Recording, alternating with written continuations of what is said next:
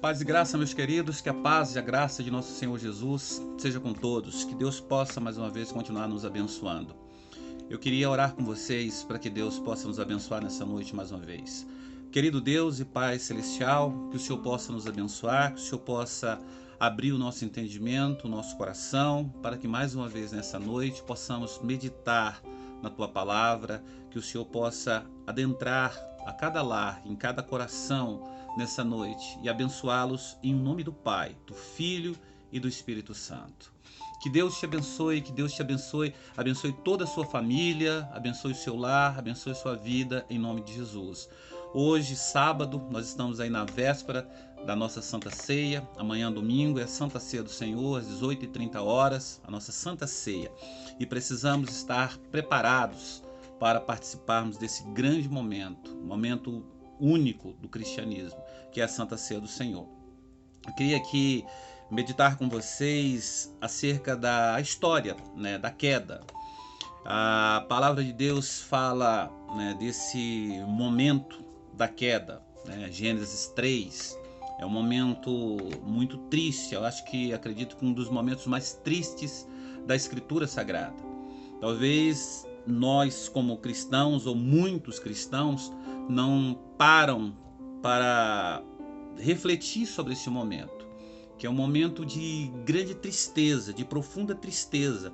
Às vezes as pessoas não param para analisar esse momento. É um momento de dor, de sofrimento.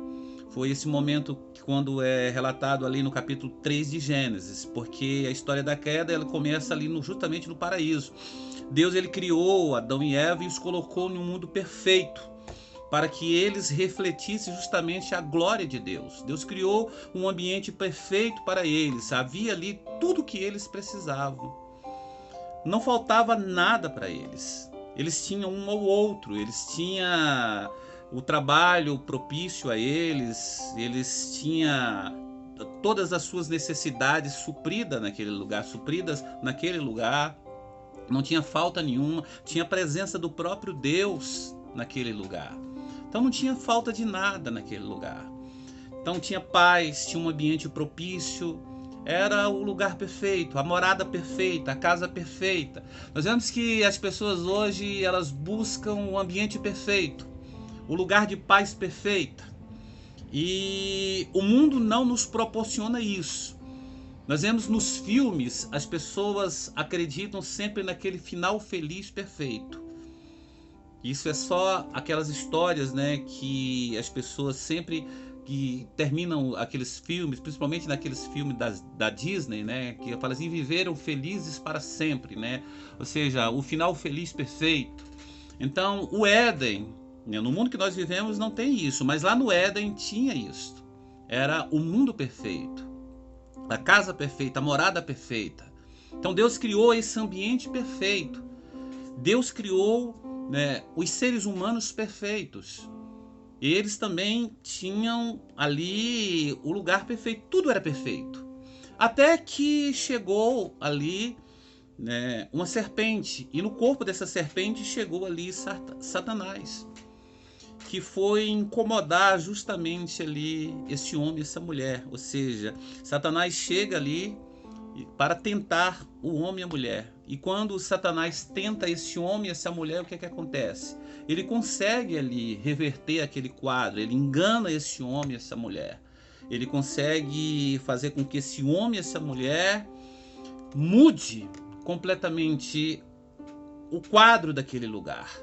Ou seja, eles tinham um ao outro, e agora ele muda a conexão daquele lugar. O lugar que era um lugar de harmonia, agora a harmonia daquele lugar foi quebrada. A paz daquele lugar foi completamente quebrada.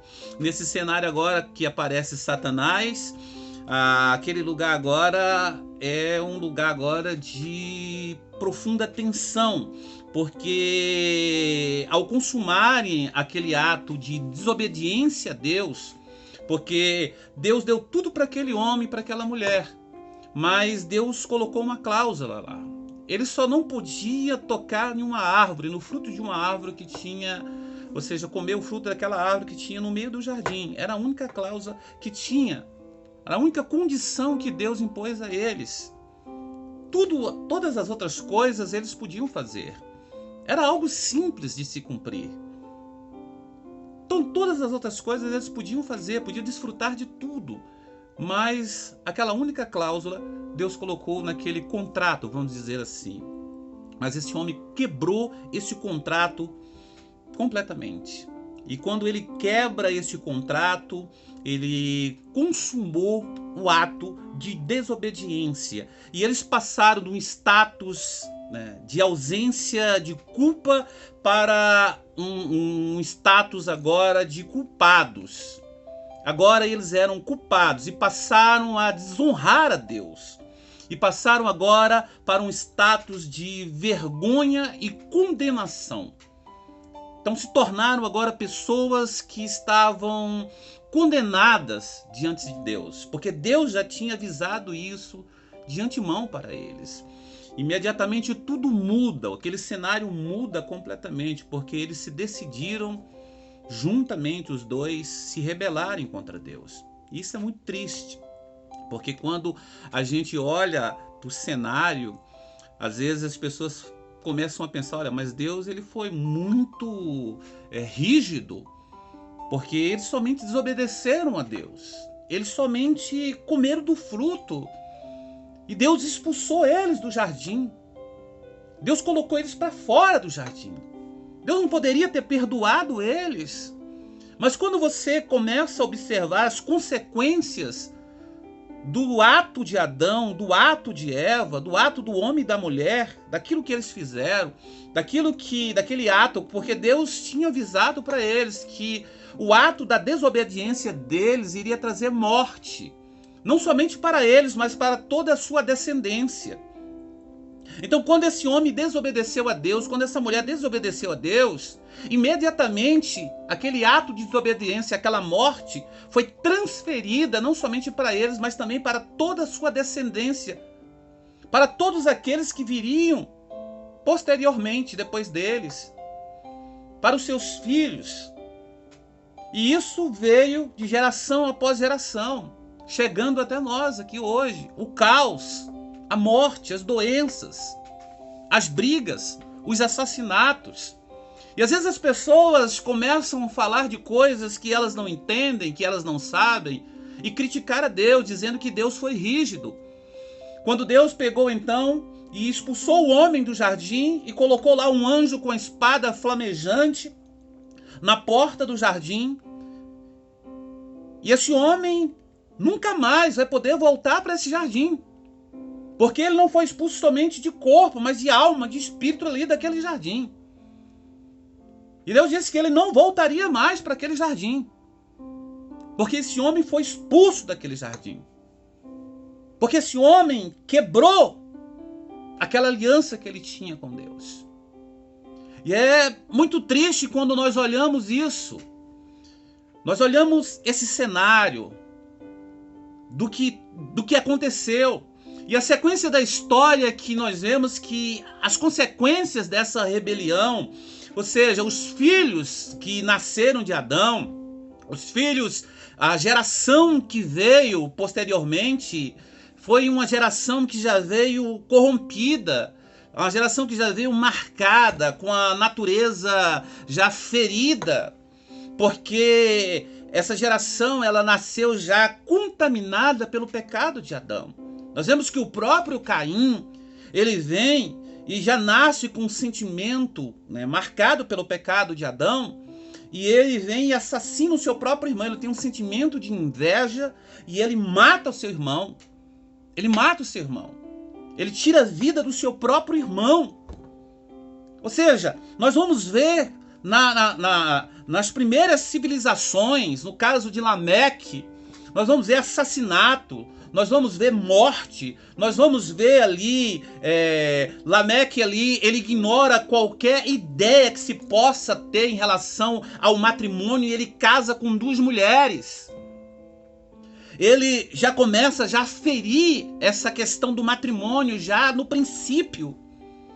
Nós vamos ver uma geração já corrompida já no princípio. Porque as coisas já começam a ser contaminadas desde o princípio da ideia lá, porque o homem se corrompeu, o homem feriu aquela aliança, ele quebrou, ele se rebelou contra Deus. Ele se rebelou completamente contra Deus. E o pecado, ele vem de uma forma tão avassaladora, ele contaminou o homem de uma forma tão terrível, que quando nós chegamos em Gênesis 6, Deus chega ao ponto de exterminar completamente a humanidade, salvando apenas Noé e a família dele, para começar uma nova geração, apenas com Noé e a sua família, colocando numa arca e alguns animais, para começar uma nova geração, e como se ali fosse uma nova geração de um novo Adão, mas mesmo aquela nova geração começando, era uma nova geração que ainda trazia em si a semente de Adão. O Adão que tinha pecado, o Adão que tinha ali quebrado aquela aliança. E essa nova geração que surge ali da família de Noé, ali do capítulo 6 de Gênesis, ou seja, quando vem o dilúvio, quando surge ali de Noé, essa nova geração que surge uma nova geração também contaminada, uma nova geração que ela não surge contaminada pela violência, mas surge uma nova geração que ela se corrompe contra Deus, ela irrompe-se contra Deus. E quando ela se irrompe contra Deus, o que eles fazem? Eles se irrompem contra Deus, e o símbolo de tudo isso é o quê? É ali construir uma cidade, nessa cidade construir uma grande torre e levantar essa grande torre para dizer: nós não vamos nos espalhar, porque Deus fala que eles deveriam se espalhar pela face da terra, nós não vamos nos espalhar, se romper contra a voz do Senhor. E Deus fala: não, o homem está se rebelando novamente contra o Senhor. E Deus então vai lá e confunde a língua deles, para que eles se espalhem. Mais uma vez o homem se rebela contra Deus. E nós vamos ver isso em toda a história do Antigo Testamento. O homem se rebelando. Deus então escolhe um povo. Finalmente Deus escolhe um povo. Deus vai lá, escolhe um povo. Deus escolhe o seu povo, Israel. Deus levanta um povo, escolhe Abraão, e através de Abraão escolhe o seu povo, Israel, para lhe servir. Mas nós chegamos a um ponto que quando ali Deus então levanta o profeta Samuel para reger aquele povo, em determinado momento, aquele povo começa a olhar para as outras nações e tem inveja das outras nações e diz que querem também um rei para si. Eles querem imitar as outras nações, porque eles não querem serem regidos por um rei que vem do alto, mas querem ser regidos por um rei terreno. Não querem ser regidos por um governo teocrático, mas um governo terreno. Não bastava, ao ponto de Samuel se entristecer, ao ponto de Deus ir consolar Samuel, dizer: Samuel, eles não rejeitaram a você, mas eles rejeitaram a mim. Então, eu estou apenas fazendo aqui uma ilustração para mostrar para os meus amados que o homem se corrompeu de uma forma tal contra Deus, desde o princípio lá na queda, que esse homem não quis de maneira nenhuma. Ele teve todas as oportunidades de se voltar para Deus e mesmo assim esse homem não quis. Esse homem não quis se render a Deus. Em hipótese nenhuma esse homem quis se render a Deus. Esse homem em hipótese nenhuma quis buscar a Deus. Esse homem em hipótese nenhuma quis se voltar para Deus. Até quando Deus envia o seu próprio filho, que vem em amor, quem vem com o coração aberto, que vem para pregar paz, o que eles fazem? Tanto judeus quanto gentios, prega ele numa cruz e diz: não queremos ele como rei, como nosso rei, mas nós escolhemos a César. César é o nosso rei. Ou seja, quando nós olhamos isso, Michael Lawrence fala muito bem sobre isso. ou seja, trazendo um quadro sobre isso, sobre como o povo não aceitou de maneira nenhuma o Deus Todo-Poderoso, o Deus que rege todas as nações, o Deus que governa, mas o povo rejeitou esse Deus. Então nós estamos vivendo esse tempo, desde os primórdios. Mas fato é que a igreja do Senhor, não pode estar inserida nesse contexto. Nós, como igreja de Deus, precisamos nos abrir para o Senhor. Precisamos abrir o nosso entendimento, como também o nosso coração nesse tempo. É por isso que eu quero te convocar como pastor, quero te convocar como igreja, para juntos servirmos ao Senhor, servirmos esse Deus, nos colocarmos diante desse Deus, nos prostrarmos diante desse Deus, para abrir o nosso coração diante desse Deus, abrirmos os nossos corações e nos prostrarmos diante dele e dizer: Senhor, eis-nos aqui, eis-nos aqui. Eis-me aqui, Senhor, para te servir, melhor dizendo. Eis-me aqui, Senhor, para te adorar, para te buscar, para proclamar a tua palavra. Eis-me aqui, Senhor, para erguer a minha voz na tua presença. Eu quero te convocar a se levantar do seu lugar. Eu quero te convocar a erguer a sua voz em favor do reino de Deus. Porque nós fomos convocados a pregar aos pobres. Nós fomos convocados a levar a palavra àqueles que necessitam. Nós não podemos de maneira nenhuma negligenciar isso. Existem muitos cristãos hoje que acreditam que ser cristão é ir à igreja, sentar, isso quando vão à igreja, sentar ali no banco da igreja ou na cadeira da igreja, no templo, e esperar uma palavra ou então um culto de entretenimento, e esse culto tem que lhe agradar. O culto é um culto a Deus. É nós que devemos cultuar ao Senhor, não o Senhor cultuar a nós. Então tem muita gente que vai para a igreja querendo ser agradado. Não é você que tem que agradar a Deus, cultuar a Deus. Não é Deus que tem que lhe agradar. Então tem gente que vai para a igreja querendo ser agradado. Olha, eu não gostei do culto hoje. Não, você não tem que gostar do culto. Quem tem que gostar, se agradar do culto é Deus. Porque é Ele que deve ser cultuado, não você nem eu. Então nós temos que ter esse entendimento. Eu penso que a igreja tem que voltar às suas raízes, como a igreja primitiva.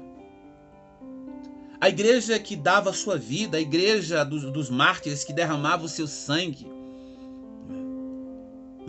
que estava pelas ruas. Nós devemos voltar às raízes da igreja. Então eu queria deixar essa palavra para você. Que a igreja desperte, que a igreja volte a memorizar o que é de fato ser igreja. E a igreja volte a lamentar o que está relatado lá em Gênesis 3, quando o homem caiu. Mas Jesus Cristo veio para nos restaurar. Então deixe Jesus Cristo te restaurar. Que Deus possa te abençoar.